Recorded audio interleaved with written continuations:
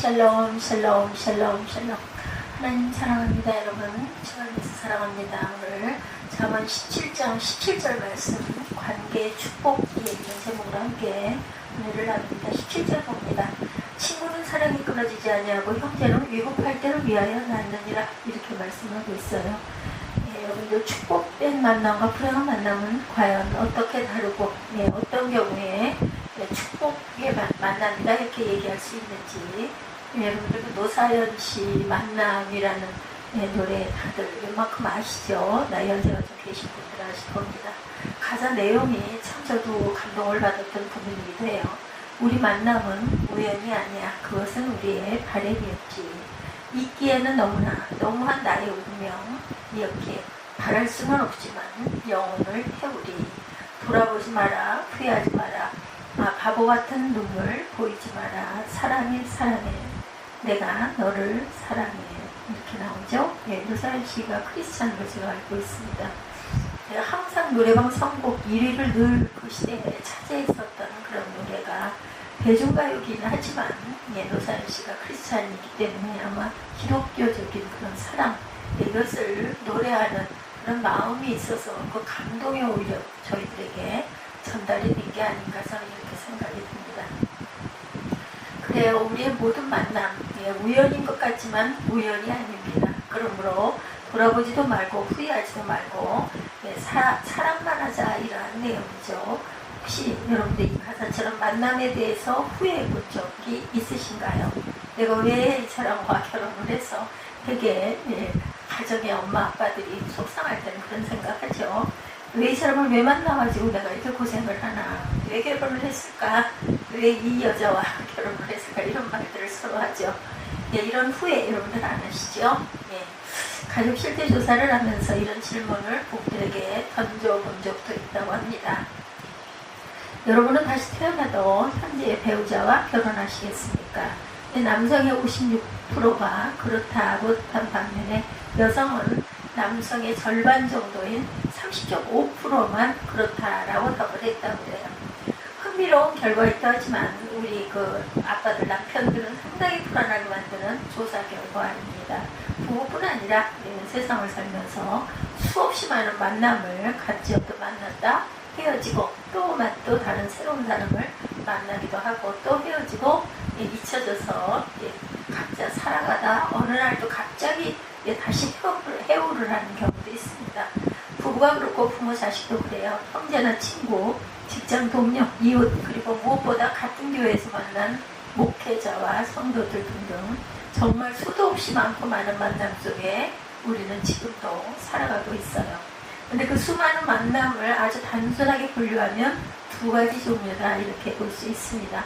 하나는 불행한 만남, 또 하나는 축복된 만남, 복된 만남, 이렇게 이름을 한번 지어보죠. 불행한 만남 그리고 복된 만남. 다른 말로 하면 내가 왜 이 사람을 만났을까 생각하면 할수록 후회가 되고 눈물 나고 돌이킬 수만 있다면 절대가 안 만나고 싶은 그런 불행한 만남.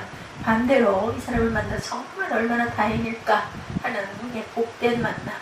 생각하면 할수록 아주 귀하고 감사한 그런 만남. 다시 태어나도 꼭 다시 만나고 싶은 그런 축복의 만남입니다. 물론 우리가 후회할 만한 만남을 되도록이면 안 가지면 좋겠죠. 그렇죠? 그런 사람 아예 안 만났으면 되고, 누구를 만나고 이 사람 만나면 후회되겠다, 내가 불행해지겠다 싶으면 만나지 않으면 돼요. 근데 그땐 또 몰랐던 거죠. 이 사람 만나서 이렇게 고생을 하고 살지, 힘겨운 삶을 살게 될지를 알고 누가 그 선택을 하겠습니까?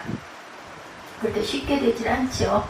세상의 모든 만남을 내 뜻대로, 마음대로 선택하고 만나고 버리기도 할 수 있다면, 그렇다면 이런 후회 안 할 텐데 그럴 수 없는 거예요. 그죠?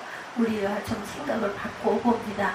우리의 만남에 대한 태도나 생각의 변화가 필요하고, 그렇지 않으면 우리는 늘 잘못된 만남, 후회스러운 만남 때문에 고통과 아픔을 안고 살아가야 하기 때문이죠. 그래서 참 축복의 만남을 가질 수 있도록, 관계의 축복을 이어갈 수 있도록 우리가 늘 기도하고 또 구해야 할 줄로 믿습니다. 어떻게 하면 우리가 관계의 축복을 누리며 살아갈 수 있을까? 어떻게 하면 후회되고 불행한 만남이 아닌 복되고 감사한 만남 속에 살아갈 수 있을까? 이 말씀을 통해서 한번 살펴보도록 합니다. 이렇게 제가 두 가지 만남을 제시했어요. 복된 만남, 또한 아니면 불행한 만남, 만나고 싶지 않은데 오늘 잘못 만난 만남, 이런 만남이죠. 네, 첫 번째 불행한 만남. 어떤 만남이 불행한 만남일까? 만남으로 인해 행복하고 기쁨이 되지 못하고 아픔과 상처가 될 때 불행한 만남이다 이렇게 생각할 수 있겠죠. 더욱 나하고 거리가 먼 사람, 잘 모르는 사람보다 가장 가까운 사람 때문에 불행하고 상처받는 경우가 많습니다. 그렇죠, 여러분들? 왜냐하면 기대치가 그만큼 컸기 때문에, 그만큼 신뢰하고 믿었기 때문에 마음의 아픔과 또한 후회가 그만큼 더 비례해서 많은 것 같습니다. 어쩌다 한번 만나는 사람이나 잘 모르는 사람은 우리가 아픔과 상처를 줄 일이 별로 없어요.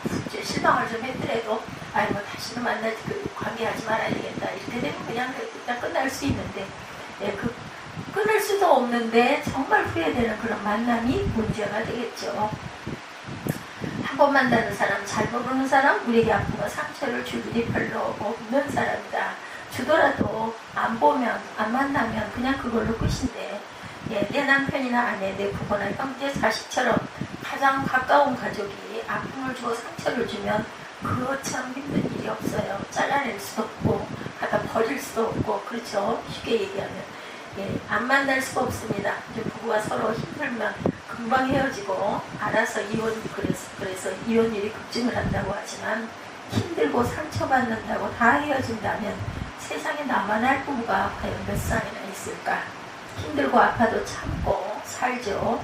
나를 아프게 한다고 부모 자식 인연 끊겠다고 말을 하지만 그게 어디 쉽습니까? 그렇죠. 끊을 수가 없는 거예요.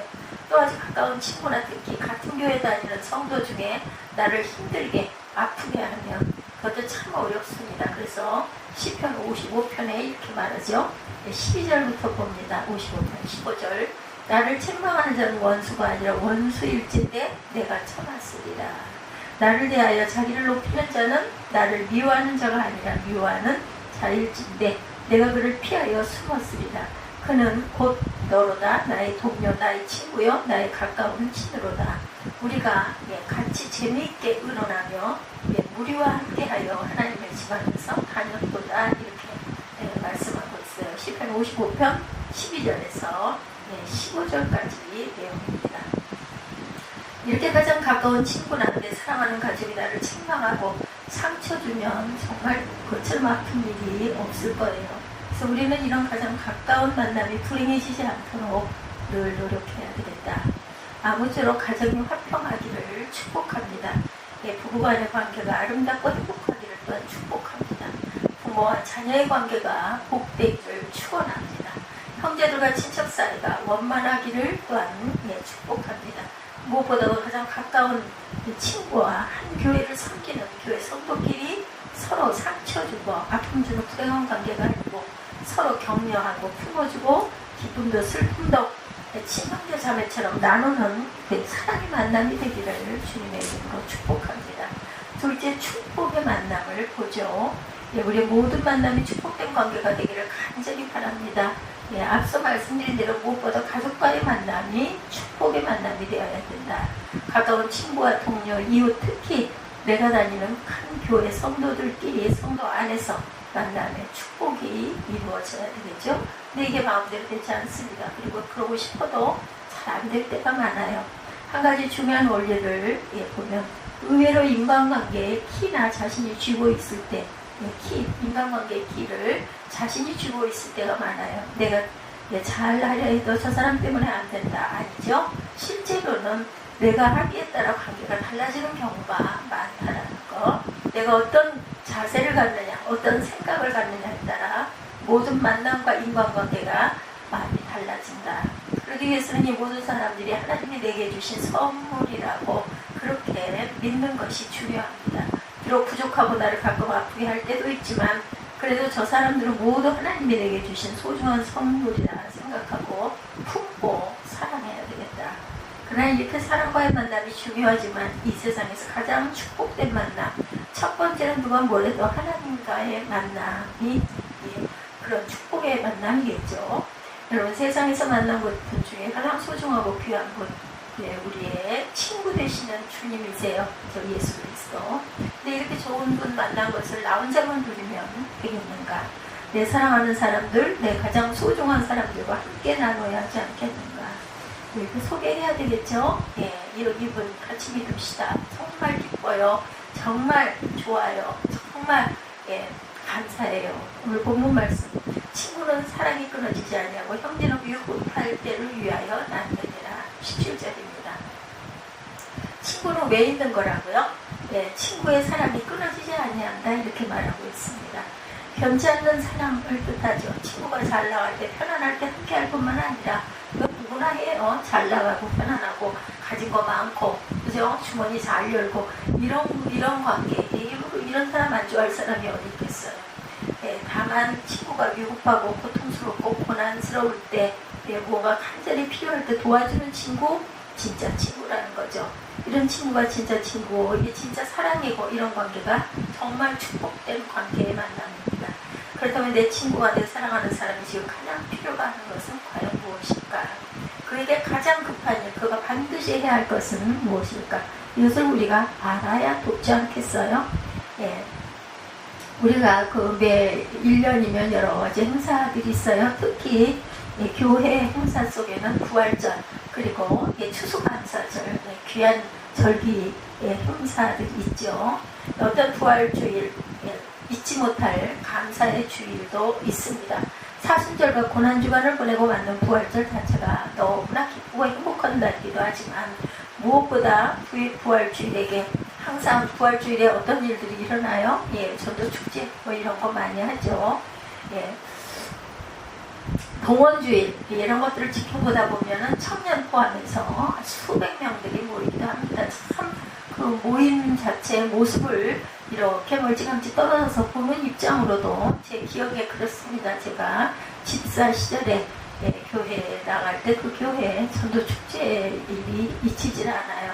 저는 그렇게 하고 있지 못합니다. 지금 시대도 굉장히 중요한 것 같습니다. 아주 흐뭇하죠. 많은 품었던 그런 성도들 이렇게 모시고 와가지고 같이 대접하고 기뻐하고 축제스러웠던 그런 전도 축제 귀한 축제입니다. 내년에는 성인만 지금 올해는 850명인데 내년에는 1000명을 출석하는 교회가 되겠구나 하는 소망을 갖게 되죠. 그래서 하나님께 감사의 기도들을 드리고 했었어요. 하나님 제가 무엇이 한데 이런 귀한 은혜를 받게 하십니까? 기독교가 정체되고 점점 쇠하고 있다가 위기의 시대라고 한탄하고 있는데 이렇게 교회가 부흥하고 성장하는 은혜를 입은 목사가 과연 몇 사람이나 될까요? 하나님 감사합니다 하고 감사의 기도. 내가 과연 하는 무엇이 반대 하나님 이런 복을 주시니까 이렇게 눈물로 감사의 기도를 올릴 수도 있겠죠. 더욱 감사한 것은 부활주일에 새생명 잔치 그죠? 이분들을 위해서 전도에서 오신 분들을 위한 이런 잔치들 그런 관계자들을 작정할 때 그럴 때 정말 그 교육자들과 함께 얼마나 기뻐서 목임의 찬성을 부르죠. 그러나 어찌 감사와 찬양이 안 나오겠는가. 그렇죠. 모든 성도들이 나도 올해 꼭 전도해야겠다 하고 결심하는 그런 경우들이 많습니다. 목사가 받을 수 있는 가장 큰 축복, 교회를 잘 만나는 개척을 하신 분들도 오히려 그것이 뼈가 아프게 자라가죠. 근데 청빙 받아서 가시는 분들은 정말 좋은 교회, 은혜의 교회를 잘 만나는 것이 아주 귀할 것 같아요. 그랬을 때 좋은 장로님, 당회원들 만나고 좋은 성도들을 만났을 때 아무리 열심히 목회를 하고 생명을 바쳐 노력을 해도 목회에 성공할 수 없습니다. 온전한 교회를 만나지 않으면. 성령께서 함께 동행해 주셔야만 교회가 자라갈 수 있어요. 근데 꼭 이런 양적인 그런 부흥은 아니죠. 질적인 부흥, 자녀 하나를 잘 길러서 그 자녀가 하나님을 알게 되고 깨닫게 되고 거기서 하나님의 귀한 은혜와 사랑을 알아 귀하게 잘 커서 나라의 귀한 목회를 할 수 있는 그런 목회 그릇들을 만드는 것도 저는 아주 귀한 한 영혼이 천하보다도 귀한 그런 아주 어려운 상황에서도 그렇게 겪어가시는 그런 목사님들도 간간히 주위에서 보게 됩니다. 이런 만남이 복 어찌됐든 어떤 그 상태든 수천 명을 수백 명을 위해서 그 앞에서 예배하고 말씀 전하는 그런 목사님들의 만남도 아주 귀하지만 정말 개척을 해서 시작을 해서 가족으로 시작을 해서 성도 하나 둘 늘어가고 그 안에서 신학생들이 자라가게 되고 그리고 귀한 하나님의 은혜를 받아 입어서 새롭게 귀하게 태어나는 그런 그 목사님들의 자제분들 또한 성도들 이런 경우 정말 그것도 축복이고 귀한 기회라고 생각합니다. 가족이나 친척, 친구나 이웃 하다못해 내가 잘 가는 슈퍼마켓 주인 아저씨, 미용실 원장님 등 아는 사람을 전도하는 것이 효과적인 관계 전도. 근데 이것이 또 생각보다 굉장히 어렵습니다. 어려워요. 오히려 더 가까운 사람일수록 관계 전도하기가 어렵죠. 가족관계의 관계가 원만하고 아름다워야 전도도 가능합니다. 가족들에게 인정을 못 받고 신뢰 못 받으면 교회에 가자고 하면 너나 잘 믿어 하고 핀잔이나 받게 된다는 거죠. 평상시에 슈퍼마켓에 가서 물건 살 때 물건값을 터무니없이 깎고 또한 까탈스럽게 굴던 손님이라면 관계 전도로 결국 성공할 수가 없어요. 죽어도 인상이 괜찮은 고객일 때 가능하다는 거죠. 적어도. 그러니 관계 전도가 더 힘들고 그 사람과의 관계가 아름답고 축복될 때 가능한 게 관계 전도다. 그렇다면 모든 이웃들 나하고 관계가 있든지 내게 유익을 주든지 아니든지 항상 친절하고 그리고 주님의 모습을 드러낼 수 있는 사랑의 마음, 사랑의 언행을 갖고 있어야 되지 않겠나. 친구는 사랑이 끊어지지 아니하고 형제는 위급할 때를 위하여 낳느니라. 그 사람을 끊임없이 사랑하고 그 영혼을 끝까지 사랑해서 그 사람의 가장 소중한 것이 무엇인지 무엇을 해주는 것이 그를 위해 가장 좋은지를 알고 도와야 한다는 거죠. 그러면 정답이 뭘까? 그 영혼을 전도해 주님을 소개하고 하나님 앞에 데리고 나아가는 일입니다. 그 영혼을 구원하는 일이겠죠? 오늘 우리는 이 사명을 위해 최선을 다해야 합니다. 꼭 관계 전도 축제 이때가 아니다 하더라도 내가 만나는 이웃에게 하나님의 은혜와 사랑을 삶으로 생활로 모습으로 보여줄 줄 아는 그러한 신실한 삶의 형태가 가장 중요하죠. 하나님 제가 최선을 다하겠습니다. 하나님이 그의 마음을 열어주옵소서. 간절히 기도하고 만났을 때 내 손에 과일 몇 개라도 작은 선물이라도 들고 찾아가서 만남을 했을 때 너무 급하게 굴지 말고 조금씩 그 마음을 열고 내가 들어갈 자리를 만들어가는 것. 그러면 하나님이 그 마음을 열어주실 것입니다. 그분 속에 들어가게 되면 그 마음 속에 예수님을 심어주게 되고 정말 힘들고 어려운 과정이지만 때론 실패도 하고 매몰차게 거절을 당하기도 하지만 이렇게 힘이 들어도 결국은 그 마음 열려 주님을 만날 수 있다면 그분과 나의 관계가 가장 축복된 관계가 되겠습니다.